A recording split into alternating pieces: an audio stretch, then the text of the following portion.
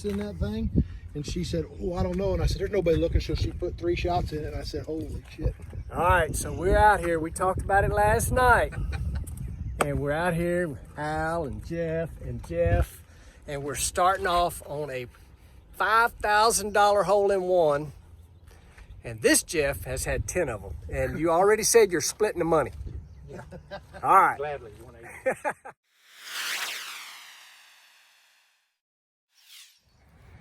What's your name? Colt. Colt? What are you doing out here? You playing a little golf? Yes, sir. Hit them good? Yes, sir. Awesome. So Strick here's got a chip shot from right here to there for $1,000. The pressure's on. Yeah, no pressure. Not at all. That's why I wanted to hit this one first.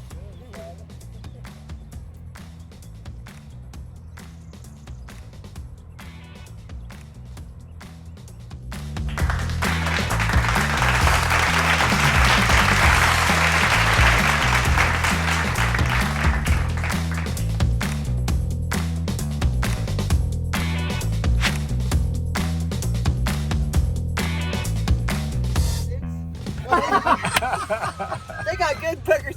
You get a bag full. You get your bag and it says a bag full of dicks. It's like, oh.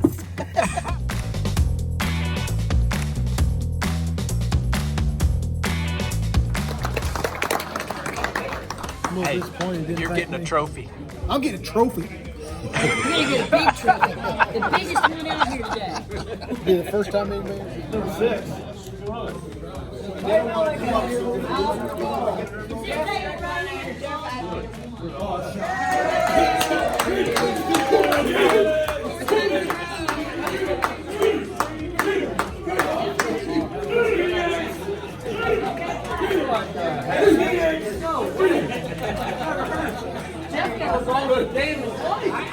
He's never gone. He don't golf 7-8 times a week.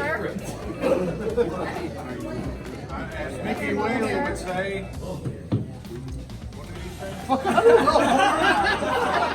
worry about it. Remember the first time we ever won? Mickey Whaley said we'd play 100 holes till they ran out of money. Yeah, that's right. Mickey Whaley.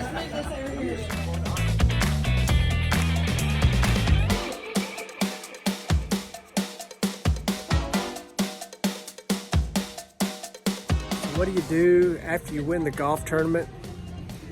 You go coronavirus shopping, apparently. What are you doing to me? We have no groceries at home. By the time we get there, there's not going to be anything to eat. Holy. It's really not that much.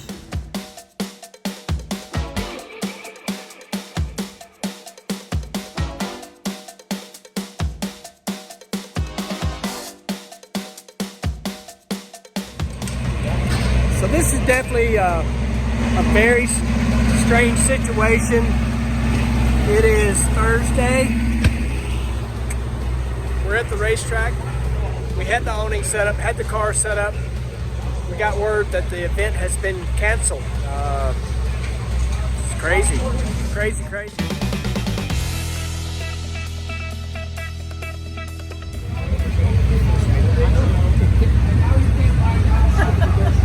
I'm gonna have nothing for my YouTube video. Say hi to the video. How you doing? 300 miles an hour. So we were one away. Go ask those guys. They know a little something. So I helped this guy write a paper, and it studies the rear tire. So as an inquisitive guy, he's like, I just wanted to do a math problem for fun. So he used braking formulas because he couldn't find any acceleration formulas to use on a tire.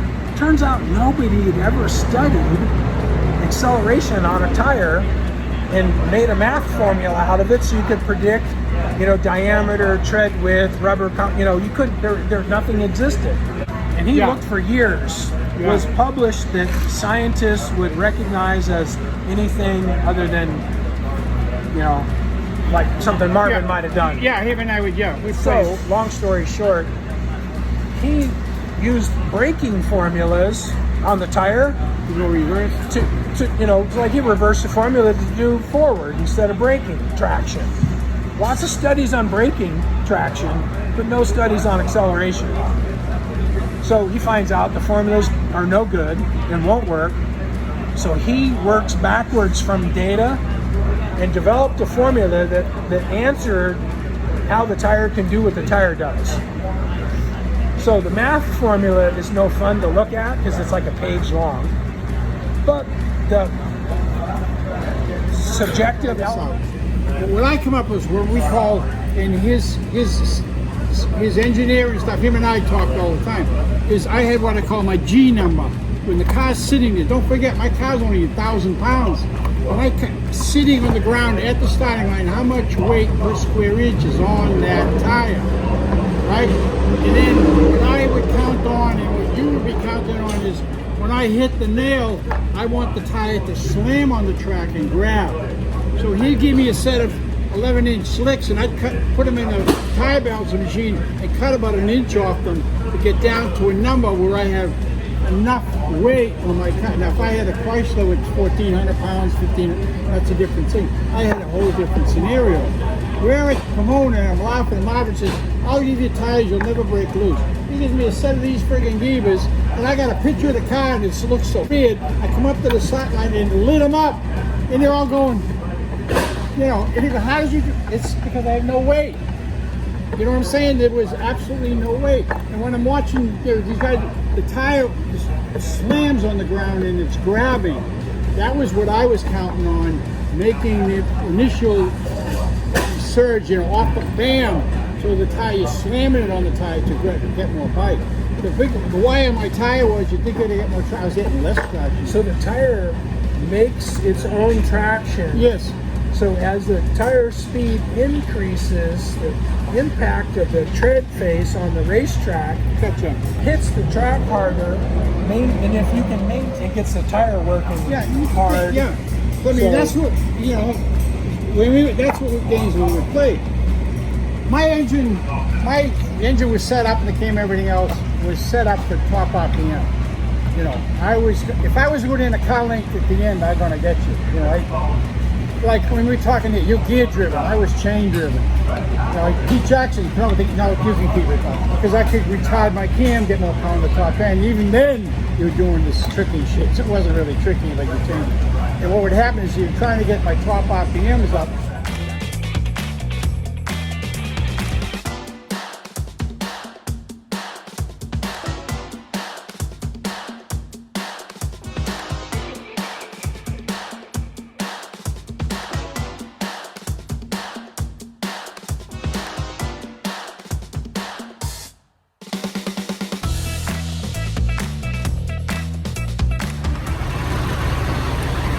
Holy moly, y'all, this has been a weird freaking couple days.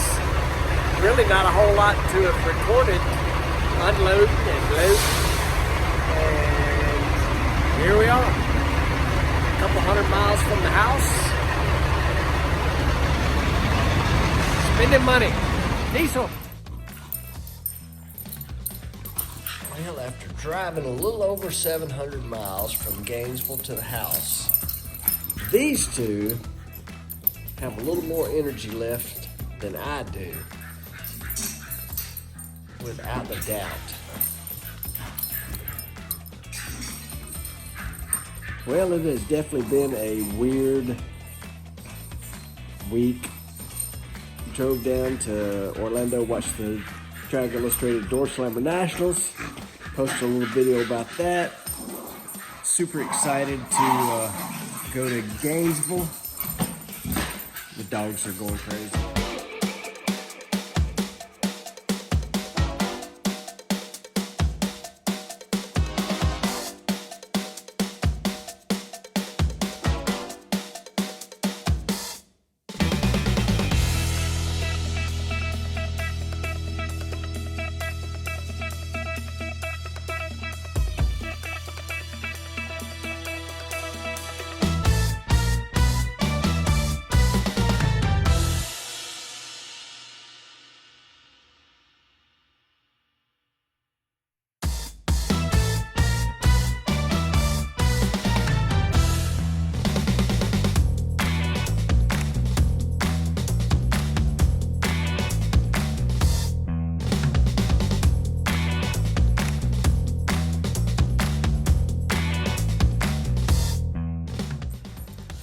Well, Saturday, it's kind of weird. It's supposed to be at Gainesville, and we're not. Crazy coronavirus stuff is just nuts. So, me and Millie are walking in the shop at the house after making our over 700-mile ride home yesterday. I ain't gonna lie, I'm dragging a little bit, a little lazy, a little tired, but the old toter home generator quit. I don't know what night that was now, but diesel, Onan, I'm hoping it's just fuel filter. So since we're not at the racetrack, it's time to do a little maintenance. Let's get it done. Dirty from the road. The old stainless steel is dirty, nasty. I am not looking forward to trying to get this thing going. I'm gonna pull the fuel filter off. And there's Millie. She will definitely be here to help me get this going. So for as much as diesel fuel stinks, wasn't that bad getting this thing off. Let me turn this light on. Try to. Up under here, nice, gross, nasty diesel stuff. But got that filter pulled off there, could not blow through it. Of course, then what I do, I get an air hose and high pressure air. Blue diesel fuel everywhere, which means I need shower number 2 for the day. And I gotta go find a filter. All right, got this crazy looking filter. Let's climb under here and get dirty. Hope this fixes it.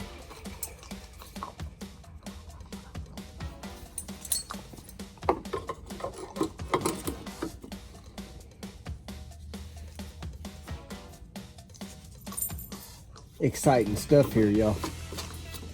I'd much rather been strapping in the top fuel car about now down in Florida.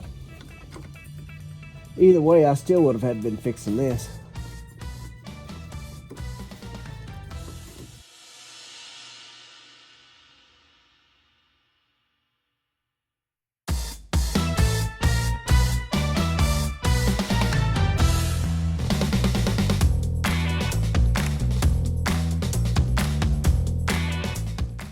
All right, got it in. Holding down on the old starter button. Give it a little prime. Hopefully we have no leaks. Hopefully it starts and runs. Oh, that pump's running for a long time. Ooh, I don't know. Look at there. Bam!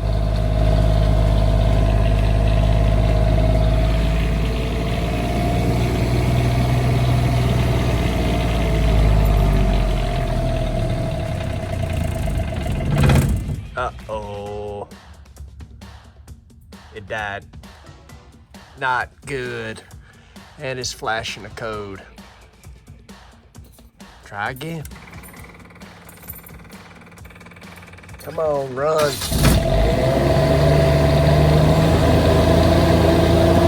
That ain't right.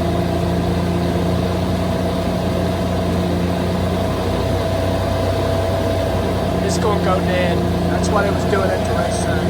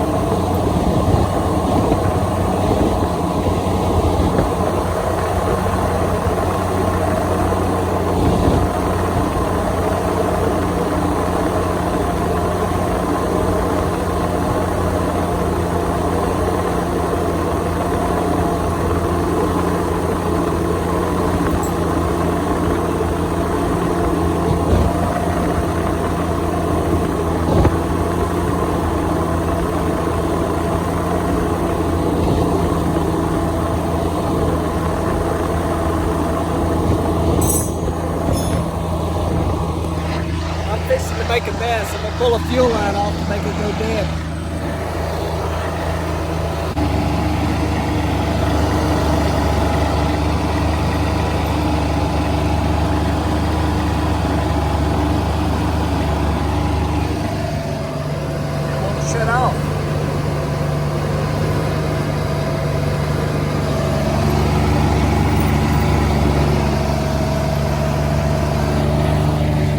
This is weird. I have a runaway diesel generator, y'all. Pull the fuel line off, it's still running.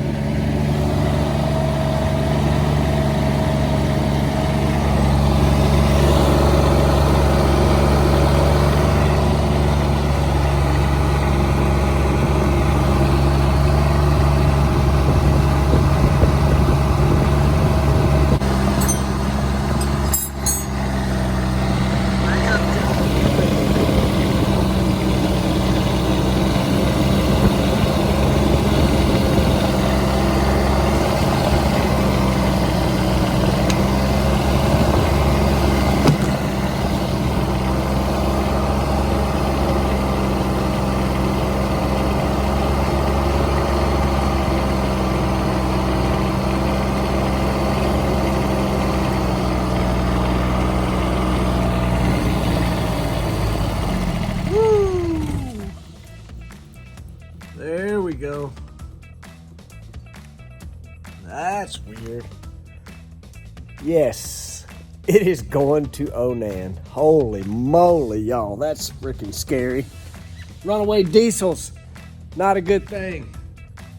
Shop is filled with freaking diesel smoke. Dang, look at that. It's full of smoke. Holy crap. Well, that was exciting. Holy moly, y'all. Freaking runaway diesel generator. Off to Onan, she'll have to go. That is exciting. Beats me. Thought it just needed a fuel filter because it wouldn't start. And then when it would start, it just started to go dead. Something else wrong. More money, more money.